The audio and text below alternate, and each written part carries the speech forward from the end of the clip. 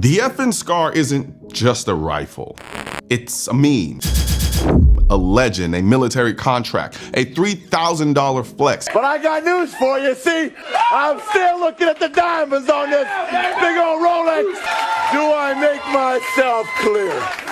Woo! It's the gun people argue about just as much as they shoot. Some call it the most advanced rifle ever made. Most advanced rifle ever fucking made. Others say it's just a Gucci toy with a weird stock. The truth? It's all of those things and more. To truly understand the SCAR, we have to flash back to the late 1990s when Special Operations Command, SOCOM, was looking at the next 20 years of warfare and realizing the M4 and M16 weren't exactly cutting it everywhere. Sure, the M4 was reliable enough and Uncle Sam already had warehouses full of them, but operators weren't fighting in just one type of environment anymore.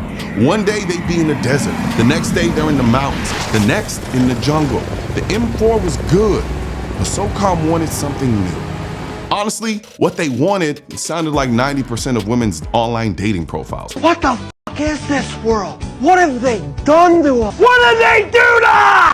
They wanted one rifle family that could adopt on the fly, swap calibers, change barrel lengths, run suppressed, stay reliable in every climate imaginable, and work for lefties and righties. They wanted a rifle that could be everything at once. What they wanted was Superman. I mean, a super rifle. Most companies wouldn't even bother, but like 90% of men on dating sites, effing Herschel swipe right. This is the same Belgian company that gave us the SAW, the M240, the FAL, the P90, and the 5.7 pistol, so their cockiness was warranted. They looked at SOCOM's fantasy and said, say less.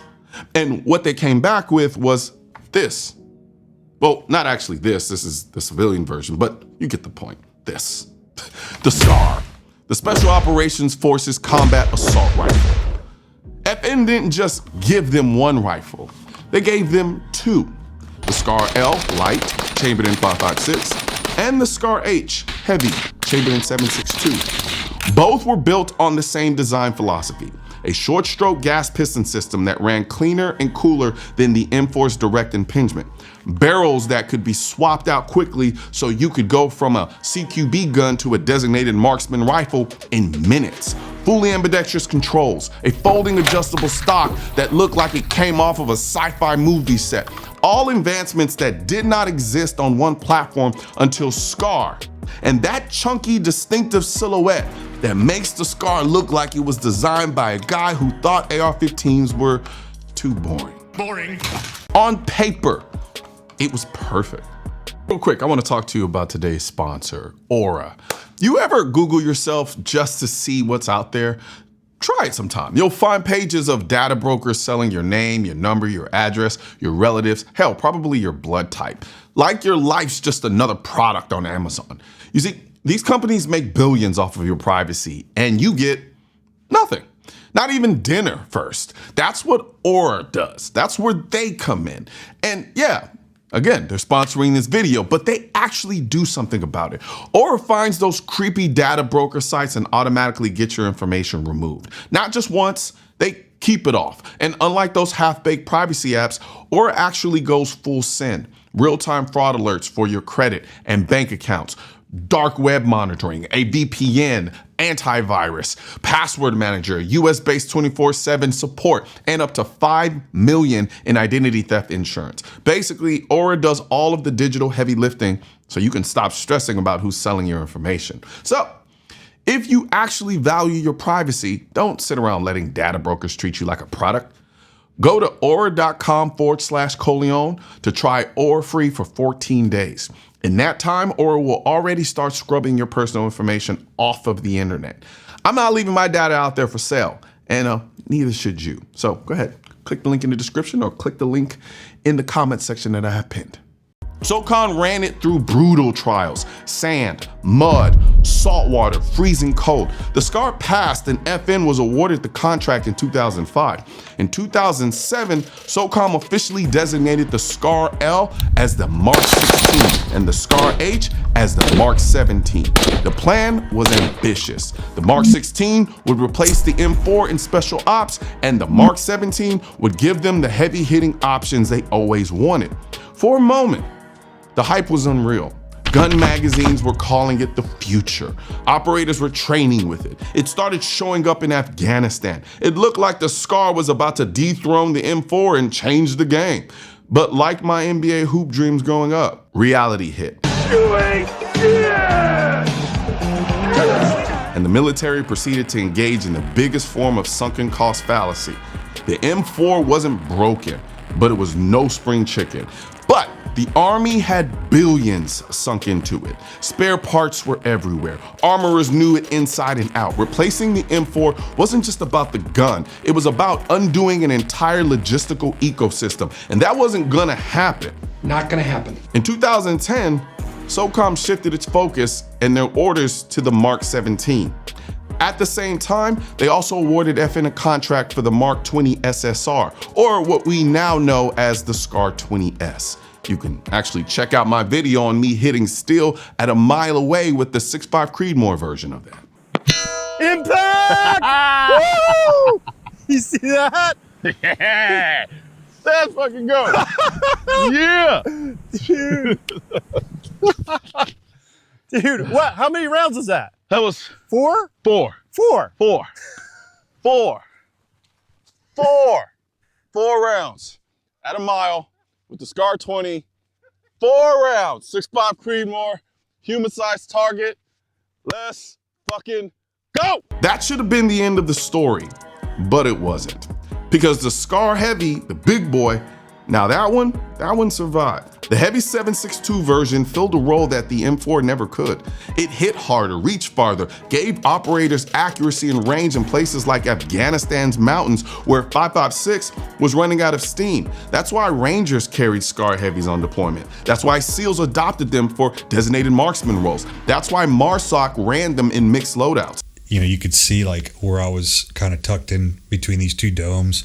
I would put my head down and you could see like rounds would be like ricocheting off the top of the dome. And that's why even foreign units like Polish GROM and Belgium Special Forces picked them up. The SCAR Heavy earned its place the hard way by doing something the old rifles couldn't. Operators who carried it will tell you straight, the SCAR was accurate. It stayed reliable in environments that choked out other rifles. Its modularity meant you could set it up for the mission in ways the M4 just couldn't. But oh man, it wasn't all love. You see, the recoil impulse was sharp and different. And the stock felt like FN's engineers built it at 2 in the morning after too many Belgian beers.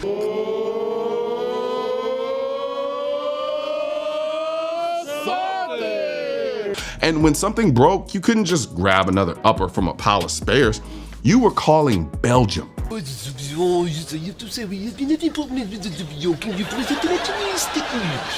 SCAR was like owning a European sports car. When it ran, you felt unstoppable. When it broke, you cried a little bit. And then the SCAR did something crazy. It broke out of the military world and exploded in pop culture.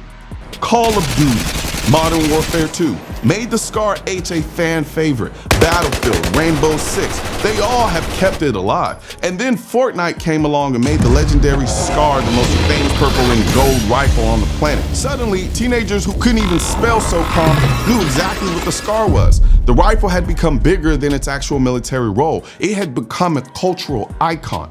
But FN already knew what they had. They brought out the SCAR 16S, and the SCAR 17S, and eventually the SCAR 20S for civilians. Same DNA, just semi-auto. And a price tag that had people eating ramen noodles for 2 months. The $3,000-$4,000 price tag is why the SCAR quickly earned its reputation as the I Made It rifle. Nobody buys one because they need it. They buy it because they desperately wanted it. Because when they walked onto the range with a SCAR, everyone noticed. Because deep down, they want to own the rifle they saw in every video game since they were 12. Here's why the SCAR gets respect even from people who hate it. The piston system runs cooler and cleaner than DI, especially suppressed. And yes, you can suppress it. The quick change barrels are the kind of modularity that actually matters. The controls are ambidextrous without feeling like an afterthought. The folding stock may look like an UGG boot collaboration, but it works. And sub-MOA accuracy from a combat rifle is not normal. The Scar more than holds its own. Of course, nothing's perfect. People say the Scar is fragile, but it's seen combat on multiple continents and survived. People say it kills optics. That's actually true. If you're using cheap glass, sure. But if you run quality optics, you won't have any problems. And people say it's just a clout gun. It's definitely a clout gun, that's for sure, especially for people chasing clout. But just a clout gun? Nah, not even close. Functionally, the Scar is a top-tier rifle with the added value of being a clout monster. So what's the legacy? The Scar didn't replace the M4 like FN dreamed, but it carved out its own lane. It gave SOCOM a heavy-hitting battle rifle that's still trusted today. It gave civilians a rifle that's as much about identity as it is about performance. And it gave pop culture an icon that lives rent-free in every gamer's head. The FN Scar was supposed to be the rifle to end all rifles. Instead, it became the rifle nobody can stop talking about. It's expensive, it's polarizing, it's iconic. You might hate it, you might love it, but one thing you won't do is ever forget it. At the end of the day, the Scar didn't completely conquer the battlefield like it intended to, but it conquered something harder, our imagination. And that's why the Scar is a legend. Oh, I almost forgot. The Scar? Yeah, they're discontinued. Yeah. The last legacy Scar has been made, and it will no longer be available to purchase after the last one is bought. So if you're someone looking to purchase a Scar,